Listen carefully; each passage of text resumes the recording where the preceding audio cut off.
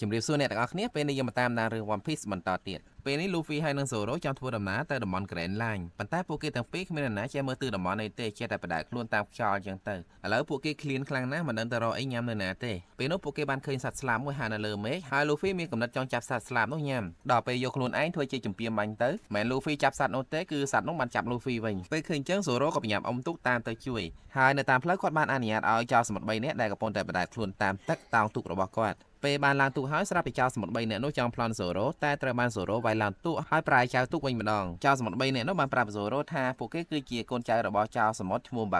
Baki នឹងតែងខ្លួនដូចតួថ្លុកដែលគេហៅថា Clown ហើយគាត់ក៏ធ្លាប់បានញ៉ាំផ្លែឈើពិសេសមួយដែរបន្ទាប់មកសាច់រឿងបានកាត់ទៅមើលនារីម្នាក់ដែលនៅក្នុងដៃរបស់នាងមានការផែនទីហើយមានកូនចៅរបស់ Baki ជាច្រើនបានតាមយកផែនទីពីនាងទៅវិញកាត់ទៅមើលនៅជំរំរបស់ Baki វិញមានគេមើលឃើញសត្វស្លាបពណ៌ Luffy ហោះនៅលើមេឃពេលនោះ Baki បានព្យាកូនចៅរបស់គាត់បាញ់វាទម្លាក់ចោលមកតែអត់ត្រូវសត្វស្លាបទេត្រូវតែ Luffy បន្ទាប់ពីធ្លាក់ដល់ដី Luffy បានជួបជាមួយនឹងស្រីម្នាក់ដែលកូនចៅរបស់ Baki កំពុងតែដេញតាមពេលនោះនាងបានហៅ Luffy ថាមេហើយក៏រត់ចេញទៅមុនដល់ពេលអញ្ចឹងកូនចៅរបស់ Baki ស្មានតែ Luffy ជាបពុរបស់នាងក៏ព្យាយាមចាប់គាត់តែត្រូវបាន Luffy វាយឡើងទូកបន្ទាប់មកនារីមុននឹងបានត្រឡប់មកជួប Luffy វិញហើយប្រាប់ Luffy ថានាងឈ្មោះ Nami ពេលនោះនាងចង់បបួល Luffy ធ្វើការជាមួយនាងព្រោះនាងឃើញ Luffy ខ្លាំងតែ Luffy ឃ្លានខ្លាំងណាស់អត់មានអារម្មណ៍ចង់និយាយរឿងការងារអីទេដល់ពេលអញ្ចឹងទៅ Nami ក៏នាំ Luffy ទៅញ៉ាំអីនៅផ្ទះធំមួយដែលនាងស្នាក់នៅបណ្ដោះអាសន្នមនុស្សនៅផ្ទះនោះបានរត់អស់ហើយដោយសារតែពួកគេខ្លាចចោរសមុទ្រ Baki ពេលនោះ Nami បានប្រាប់ Luffy ថានាងត្រូវការលុយចំនួនយ៉ាងច្រើនរហូតដល់100លាន belly ប៉ុន្តែនាងអត់ប្រាប់ Luffy ថាយកលុយទៅធ្វើអីទេគ្រាន់តែនាងចង់ប៉ឹង Luffy ឲ្យជួយការពារនាងព្រោះនាងចង់ចូលទៅក្នុងតំបន់ Grand Line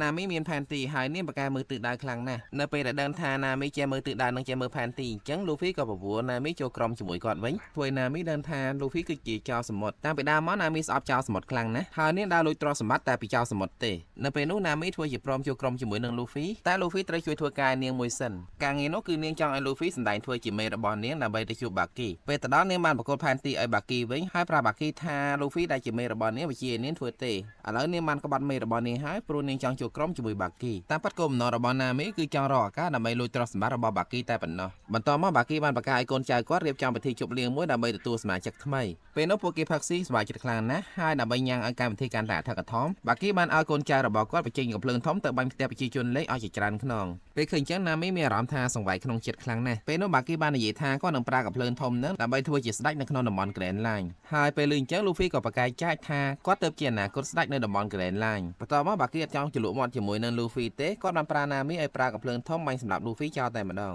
នៅពេលនោះ Nami ពិបាកសម្រេចចិត្តណាស់ព្រោះបើសិនជានាងមិនសម្លាប់ Luffy ទេគេនឹងសម្លាប់នាងចោលដល់ពេល Nami ឆោតត្រឹងយូរពេកមានកូនចៅរបស់ Baki ម្នាក់ចូលមកឲ្យកញ្ឆេះកំភ្លើងធំជំនួស Nami នៅពេលនោះ Nami មិនអាចទ្រាំឈរមើលបានក៏ដកដបង3កណាត់ចេញពីជើងរបស់នាងសំពងឲ្យម្នាក់នោះឡើងសន្លប់បន្ទាប់មកនាងបានប្រើដៃរបស់នាងទៅព្យាយាមផលិតកញ្ឆេះវិញបណ្ដាយនាងរលាកដៃឈឺចាប់យ៉ាងខ្លាំងក្នុងពេលជាមួយគ្នាមានចៅសមុទ្រ3នាក់លោតមកវាយប្រហារនាងពីក្រោយតែ Zoro បានចូលមកជួយទាន់ពេលវេលាក្នុងពិភពចៅសមុទ្រនរណាក៏ស្គាល់ Zoro ដែរគេល្បីថាគាត់ដើររកស៊ីកម្ចាត់ចៅសមុទ្រដែលគេហៅថា Pirate Hunter ជាទូទៅចៅសមុទ្រកំពេញកំប៉ុកខ្លាច Zoro ណាតែចំពោះ Baki វិញគាត់គិតថាបើសិន